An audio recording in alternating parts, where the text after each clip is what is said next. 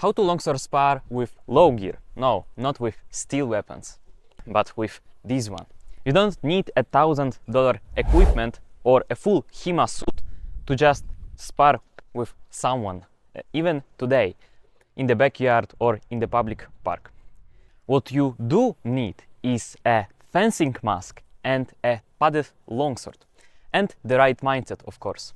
Because trust me, you can learn more than people who are wasting their money on some huge expensive HEMA gear to just only start. And also, all of my initial skill comes from sparring with low gear time and time again. If you're new here, hi, I'm Michael Kozin, and my mission is simple: to help guys just like you to leave their video games to the side by doing something more real and something more fun, like training real sword fighting skills. You don't need to be fully ready, you just need to start. Like, you don't need to be great to start, you have to start to become great. So let's continue our video. First of all, what means low gear sparring? It doesn't mean that it's unsafe, because we have to have the right mindset first of all, and of course the specific setup. So both of you and your sparring partner, just like my sister here, we have to have, both of us of course, our fencing masks and the padded longswords. Of course, we don't want to hurt each other in the sparring. We want to practice our blows with the right mindset. So first of all, we don't do any thrusts whatsoever, because these sparring, like these padded longswords, are not meant for safe thrusting whatsoever. And most of all, we don't have the equipment for it. That's why we only do cuts to all parts of our body, of course without the full force hits, because most of all, the low gear sparring should be about respect to each other.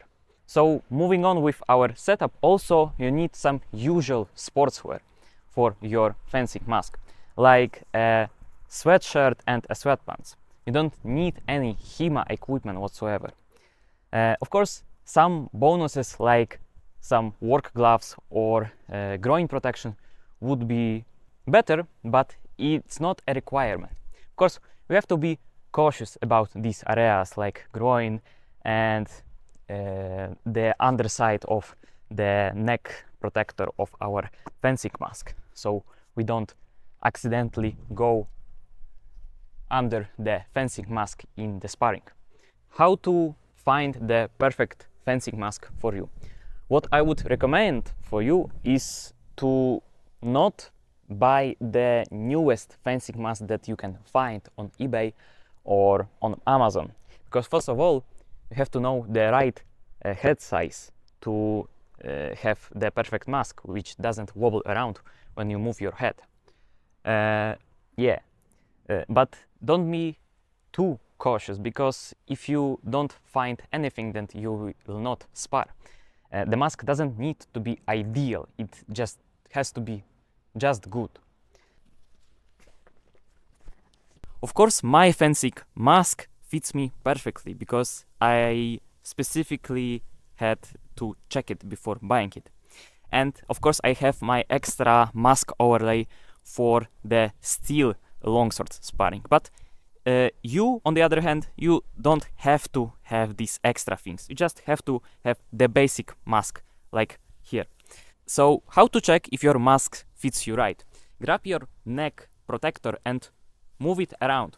If it wobbles around too much, then it may be too big, or if it doesn't wobble at all, then it may be too small for your head. The next check is you wobble around your head to the sides. If your mask comes back to the initial position time and time again, then it's alright. But if it's too tight, if it doesn't wobble around at all, then of course it's too small. Or if it ends with your mask being completely to the side, for example like this, then that's still too big. But still, when you spar with these kind of swords, it doesn't need to be like 100% perfect. It just has to be there. And the last setup for our sparring should be a place where you could freely move around in a straight line to your opponent. So just like us right here in the backyard with a flat ground beneath us. Of course, the ideal place for it would be the corridor in your house or a living room or some gym outside. But of course, be wary about wet ground so you don't slip on it accidentally. So what is the etiquette of low gear HEMA sparring?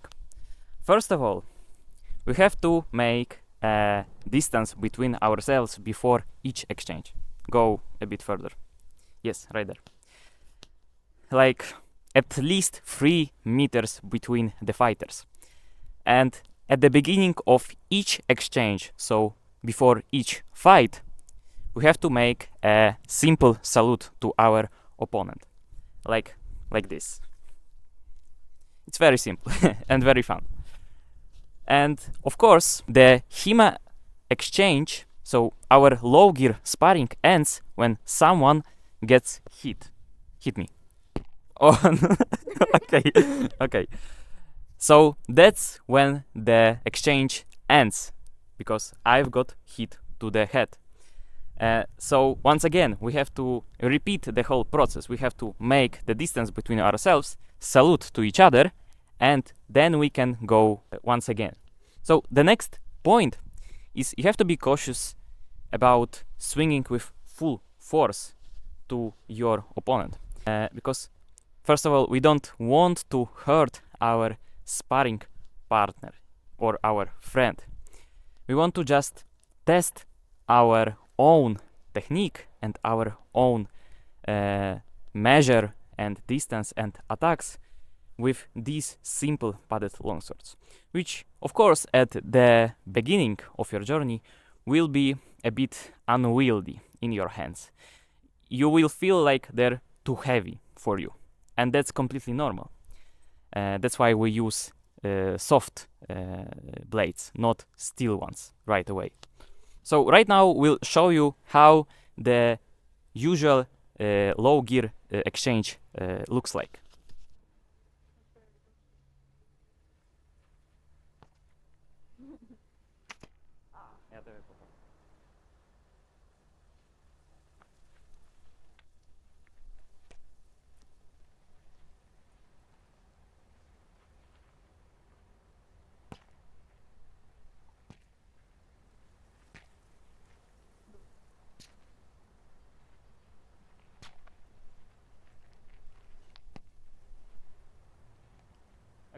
The last point about low gear etiquette is that you have to mark your hits.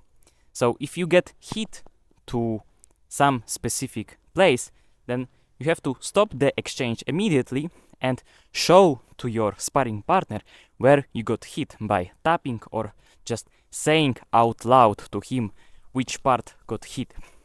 And yes, I haven't mentioned the possibility of both fencers hitting each other at the same time.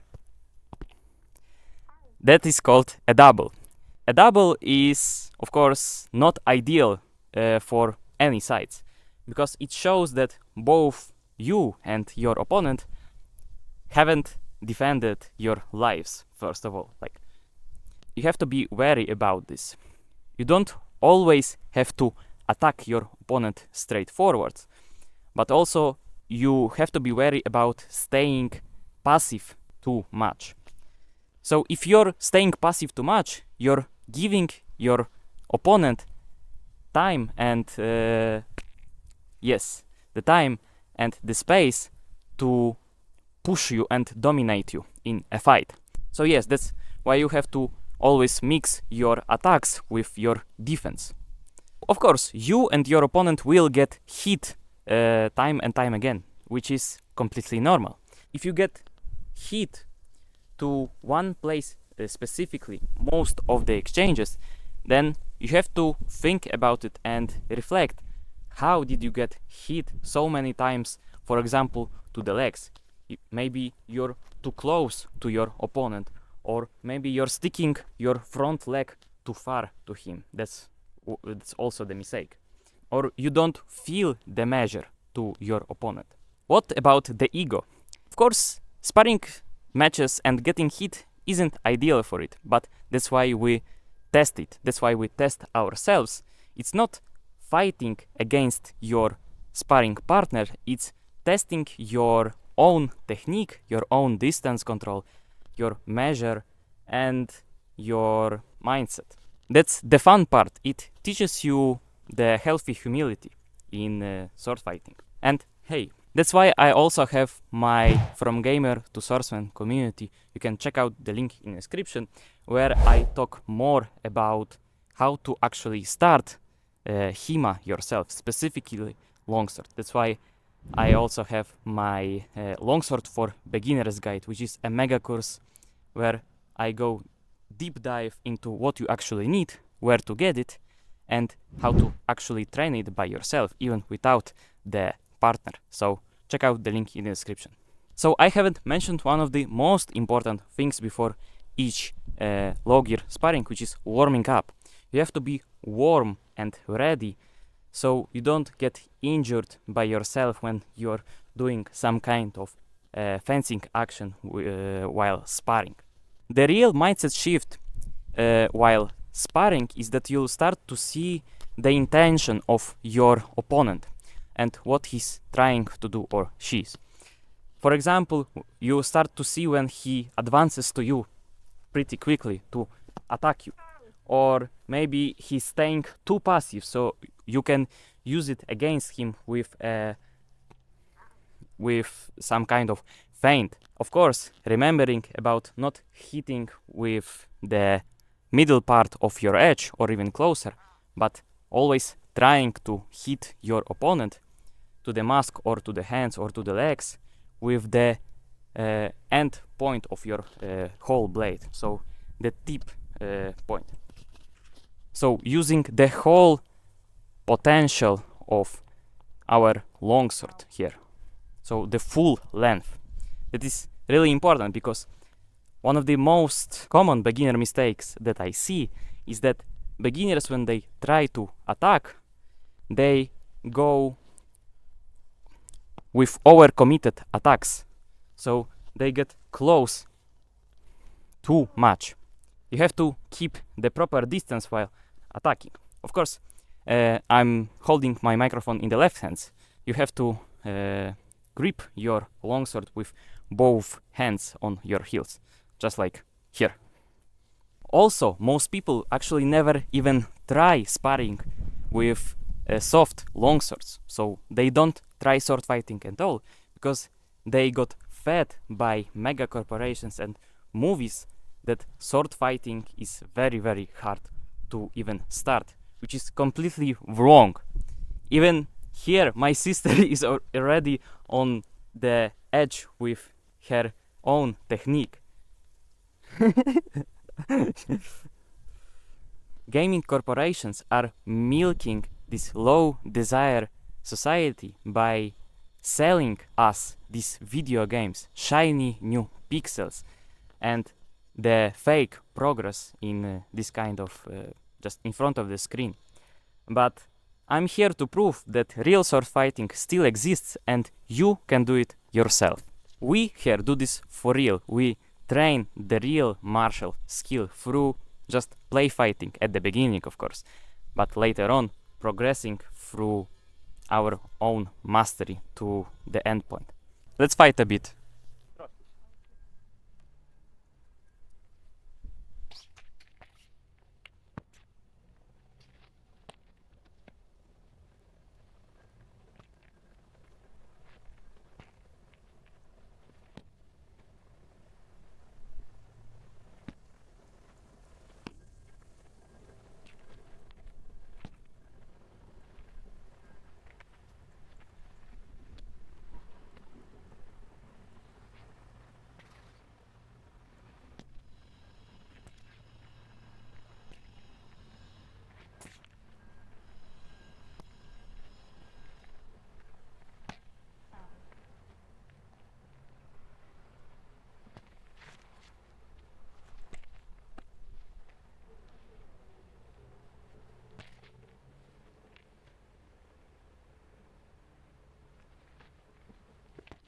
double. Also, check out my sister's Instagram, which is called Retro Sakura. So I'll leave the link in the description. She's doing arts and doodles. So yeah, check out the link in the description. Low gear sparring doesn't make you less of a swordsman. On the contrary, it makes you more of a swordsman because you're just training it more. You don't have to have the whole HEMA equipment to just spar with some of your friends and teach yourself the fundamentals of the sword fighting. Because sparring makes you more aware, it makes you more disciplined, but also it makes your day more fun. If you're training smart and you're already sparring with this kind of longswords, then you're way ahead of the 90% of population who didn't even try to step up from their gaming setups and try the real sword fighting experience for themselves. So, very good. And remember, always take the initiative.